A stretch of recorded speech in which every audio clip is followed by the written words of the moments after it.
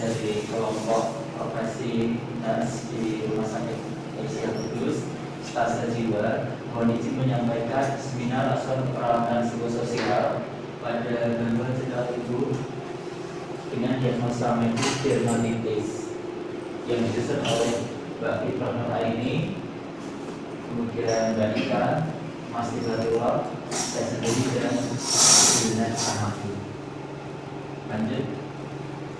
Citra tubuh merupakan sikap individu terhadap tubuhnya, baik menurut fungsinya, kemudian potensi-potensi yang ada di dalam tubuhnya, kemudian pandangan realistis terhadap dirinya sendiri untuk menerima atau menolak terhadap apa yang terjadi pada tubuhnya, agar terhindar dari sebuah kecemasan atau rasa-rasa yang mengganggu kepercayaan diri, yang sifatnya ini pengalamannya terhadap citra tubuh apabila ada berubah, ini mempengaruhi pada dinamisasi dari citra tubuh itu sendiri menurut Helmut Maleo dan Mustika Sari.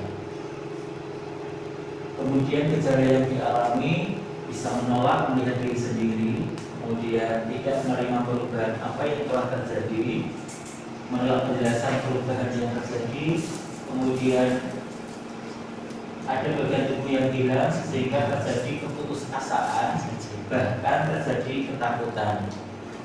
Biasanya diungkapkan langsung oleh pasien itu sendiri.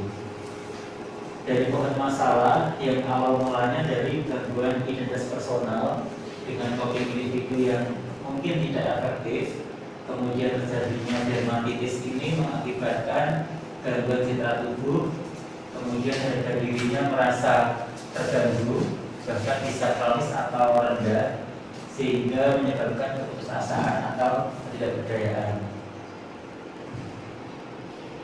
Untuk identitasnya, Tuan D umur 65 tahun, ini asalnya dari budayaan. Untuk pengkajiannya ada apakah ada terjadi kehilangan pekerjaan, jawabannya iya. Kemudian ada penyakit yang menahun atau kronis, yaitu selama 3 bulan mengalami sakit mata sebelah kanan sehingga tidak dapat melihat, disertai dengan gatal-gatal tubuh yang sejak 1 minggu ini tak kunjung sembuh. Yang ini akan mempengaruhi citra tubuh pada pasien itu sendiri. Komponen yang lain tentunya berdampak pada kecemasan atau kekhawatiran yang frekuensinya ini bisa berubah-ubah, bisa tampak cemas, bahkan sampai mengalami kesedihan. Kemudian mudah tersinggung, ia sulit konsentrasi karena tampak bermenung dan murung. Untuk konsep diri ini adanya masalah gangguan citra tubuh karena ada bagian yang tidak disukai. Kemudian sebelum dirawat, sebelumnya dia bekerja sebagai petani, kemudian di bagian sekolahnya cukup puas dengan pekerjaannya. Terkait gender, dia tidak ada kendala karena menyadari diri sebagai seorang laki-laki dan tahu tugas-tugasnya. Terkait peran sebagai kepala keluarga, tapi di lingkungan lainnya tidak ada, dan mampu menjalankan tugasnya sebagai kepala keluarga. Untuk orang terdekat yang diajak bicara adalah istrinya. Bagian peran serta kelompok keluarga ini selama sakit, klien tidak pernah mengikuti kegiatan di kampungnya karena ada masalah di situ, kecemasan atau ansietas. Kemudian ada hambatan berhubungan dengan orang lain. Lanjut. Kemudian untuk nilai keyakinan ini tidak ada masalah, meskipun ada perasaan penyakitnya kok tidak hilang-hilang selama berbulan-bulan. Kegiatan ibadah tidak ada masalah. Untuk analisa data, klien mengatakan bagian tubuh yang paling disukai bagian tangannya, dan bagian tubuh yang tidak disukai kulitnya karena kemerah-merahan dan merasa malu. Masalahnya gangguan citra tubuh. Yang kedua, tampak sedih, klien tampak termenung, sehingga masalahnya tidak berdayaan. Dan ada kekhawatiran terkait penyakitnya yang mungkin tidak sembuh-sembuh selama berbulan-bulan, sehingga muncul masalah ansietas atau kecemasan. Sehingga ditegakkan diagnosa keperawatan yang pertama gangguan cedera tubuh, ketidakberdayaan, dan ansietas atau kecemasan. Untuk intervensinya, memonitor frekuensi kalimat-kalimat yang mungkin mengkritik diri sendiri, kemudian meningkatkan penampilannya, identifikasi dukungan kelompok yang mungkin sebagai support system atau dukungan sosial dari lingkungan sekitar, dengan rasional untuk mengetahui penerimaan dirinya. Dilanjut dengan anjuran untuk menilai potensi atau kekuatan diri sendiri, kemudian memonitor tingkat harga diri. Kemudian dari ketidakberdayaan ini diharapkan setelah diberikan edukasi, kemudian motivasi secara aktif terkait apa yang dikeluhkan oleh klien tersebut, bisa mengevaluasi ya penyebabnya apa, kemudian untuk berpikir positif terhadap perubahan yang terjadi pada fisik maupun mental. Kemudian aspek 2-nya evaluasi kondisi ketidakberdayaan sembari menjelaskan kondisi klien ini kepada keluarga. Untuk fungsinya mengetahui perkembangan dan ketidakberdayaan dan mengetahui kondisi selama perawatan. Lanjut. Untuk kecemasan, yang paling terpenting adalah membina hubungan saling percaya terkait apa yang dijadikan keluhannya, kemudian menyediakan waktu untuk ekspresi perasaan, bantu mengenal ansietas, ajarkan teknik relaksasi untuk nafas dalam dan distraksi, kemudian dipraktekkan dengan hipnosis 5 jari, kemudian nafas dalam, hingga dengan praktekan tersebut, klien tersebut dapat mengurangi rasa kecemasan atau ansietasnya. Karena keluarga merupakan sistem pendukung yang sangat penting bagi klien tersebut. Sekian dan terima kasih. Demikian paparan dari kelompok kami. Mudah-mudahan bermanfaat. Bila ada masukan dan sarannya, kami terima. Terima kasih. 15 menit ya Pak. Pertanyaan sudah bilang ya. Karena kelompok Bu. Jadinya biar kerja tim semuanya Bu. Bismillahirrahmanirrahim. Assalamualaikum warahmatullahi wabarakatuh. Terima kasih atas memberikannya waktu pada kami untuk menyampaikan jurnal reading terkait dengan pengaruh terapi kognitif terhadap citra tubuh pada klien dengan lupus diabetik. Kita menggunakan analisa Pico, yaitu P yang pertama, yaitu berada pada pasien populasi dan masalah yang diangkat dalam karya ilmiah ini, yaitu subjek adalah pengaruh terapi kognitif terhadap citra tubuh klien lupus diabetik dengan menggunakan metode penelitian desain kuantitatif dengan pendekatan kuasi eksperimen pre-post with control group.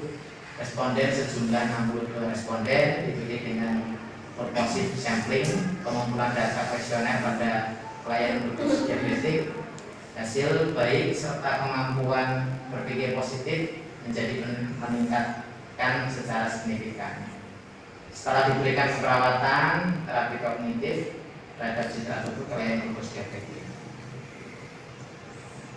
Interventionnya yaitu intervensi faktor prognostik atau paparan yang akan diangkat dalam karya ilmiah ini.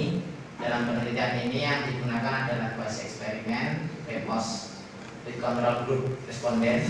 Penelitian ini kriteria responden dalam penelitiannya adalah klien diabetes mellitus yang sedang menjalani perawatan luka lupus diabetik.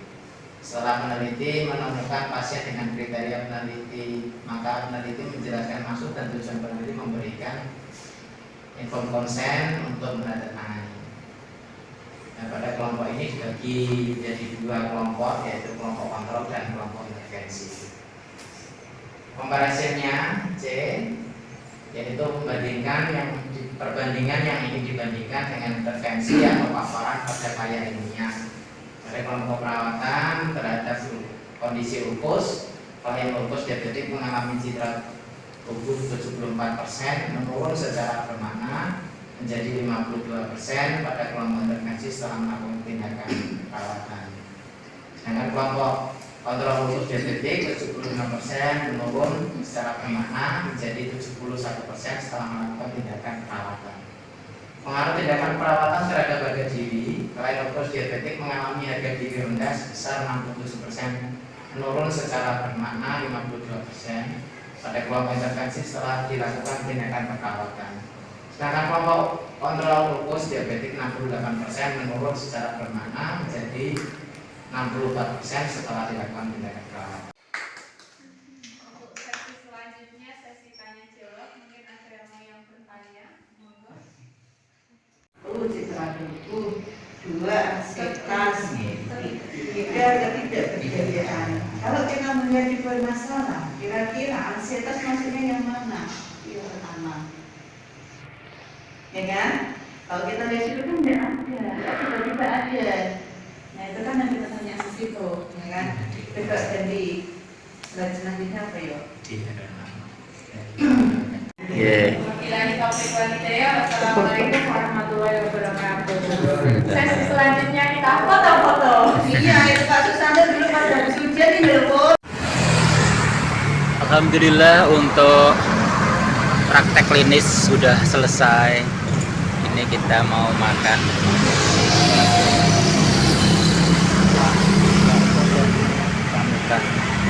Mentraktir semua perawat-perawat yang menjadi mahasiswa Universitas Muhammadiyah Kudus.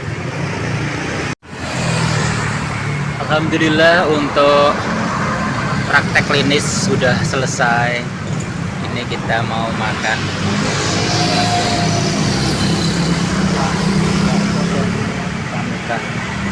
Mentraktir semua perawat-perawat yang menjadi mahasiswa Universitas Muhammadiyah Kudus.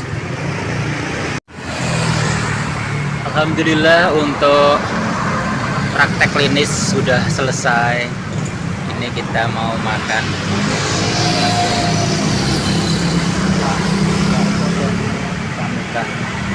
Mentraktir semua perawat-perawat yang menjadi mahasiswa Universitas Muhammadiyah Kudus.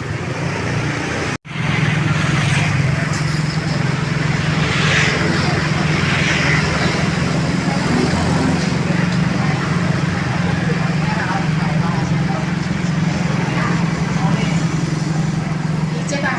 Wis bar Mas. Asih, aku ngono-ngono ah. Jam absen sing belum bar ya. Kenapa repot? Boleh double bagi yang masih lapar. Boleh double bagi yang masih lapar.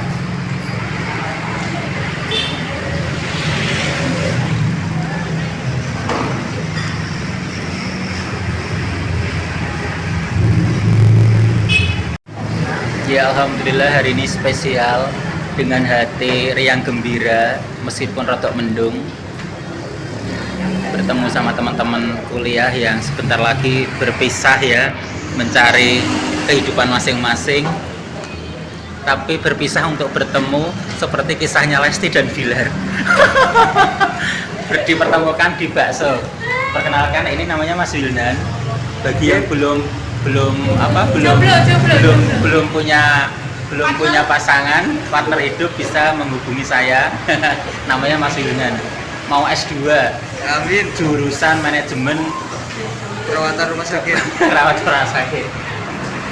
Terus ini ada dua mbak juga, teman-teman ya. Terus Mas Ketua ya, semakin subur. Mudah-mudahan nanti cepat lulus, sehat walafiat. Ya, bagi yang sekitaran Kudus di Rumah Sakit Aisyah bisa mampir di sini. Iya, praktek. Sudah pesen apa? Catat-catat.